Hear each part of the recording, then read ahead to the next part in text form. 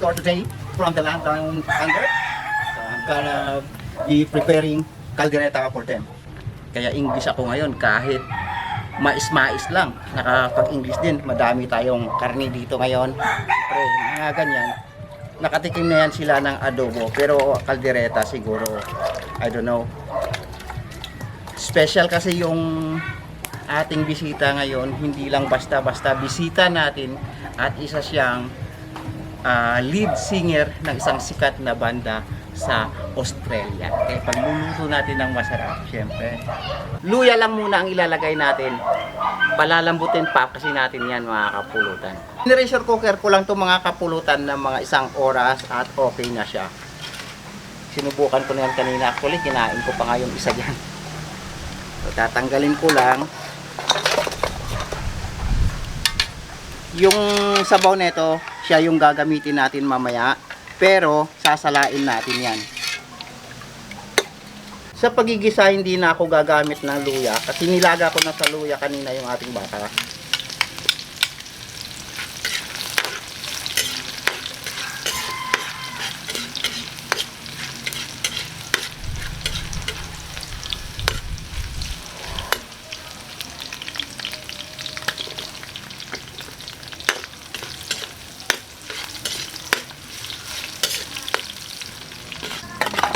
Karne ng baka.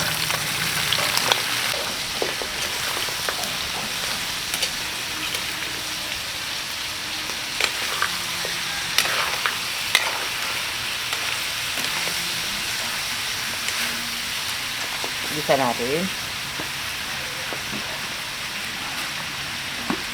Lalagyan natin ng asin.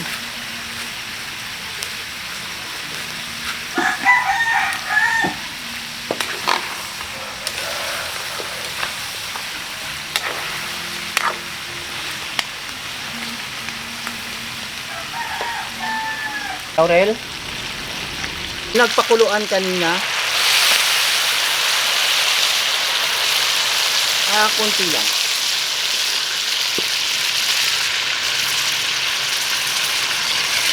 Right.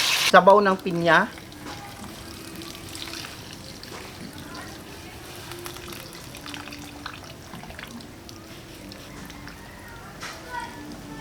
Right. Pakukuluin lang natin mga kapulutan.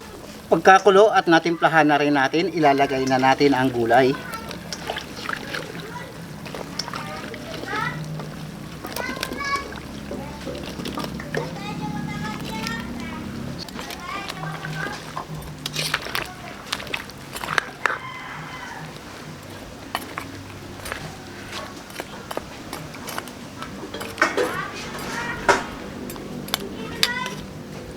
Papasarapin natin to.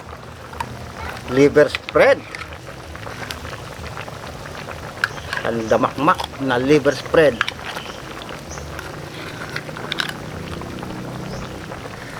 Yan.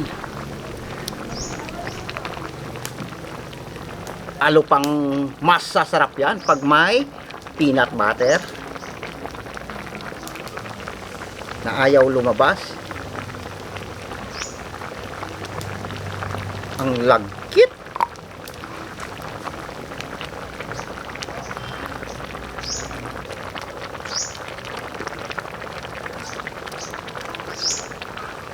Grabe sa lagkit ang peanut butter.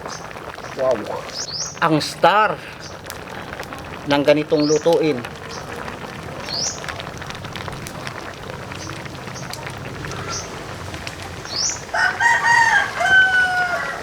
Halo-haluin lang natin at maya-maya okay na yan.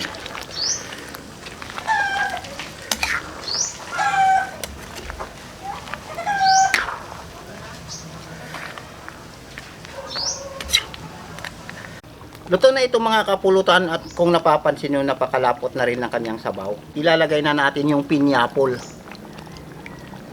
Siyempre madami din.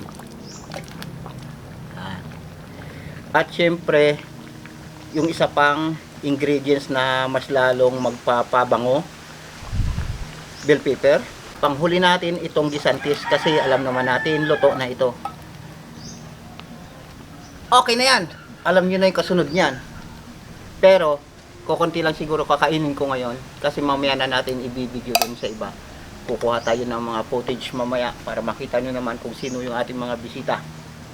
Solong-solo ko ngayon, wala akong kasama. Siyempre, bago natin ihain to sa kanila mamaya, titikman ko muna at baka mapahiya tayo. Actually, matagal na rin naman natin tong ginagawa kasi nga, di ba, may restaurant tayo dati, Kambingan. So, ang kaldereta parang basic na lang sa atin. Ang dami niyan. May nakatago akong kanin. Luya pala to. Ito, magkakanin lang muna ako. Titignan ko kasi hindi pang pulutan daw eh. Pero alam ko pag di naubos ko, magiging pulutan to mamaya.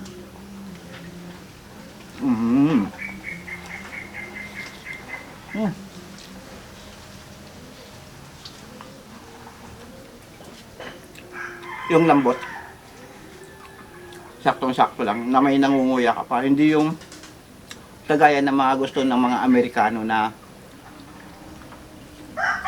talagang super lambot. Ito, hindi.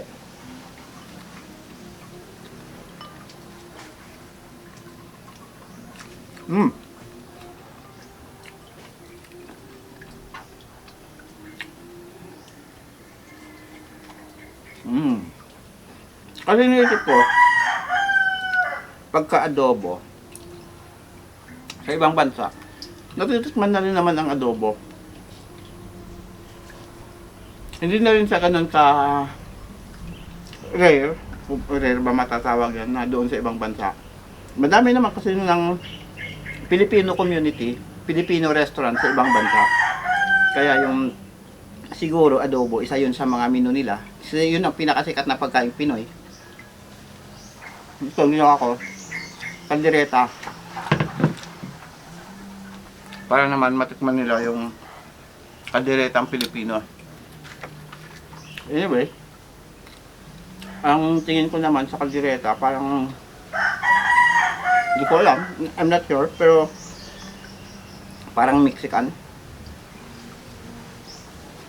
na ginawa na lang natin ng twist, pero hindi ako sure doon. Mahirap na magkamali. Ang daming basher na nag-aabang ng kamalian mo. Ano yan? Mga pulis na tawag yan? Error police. Tingin to, pwede na to.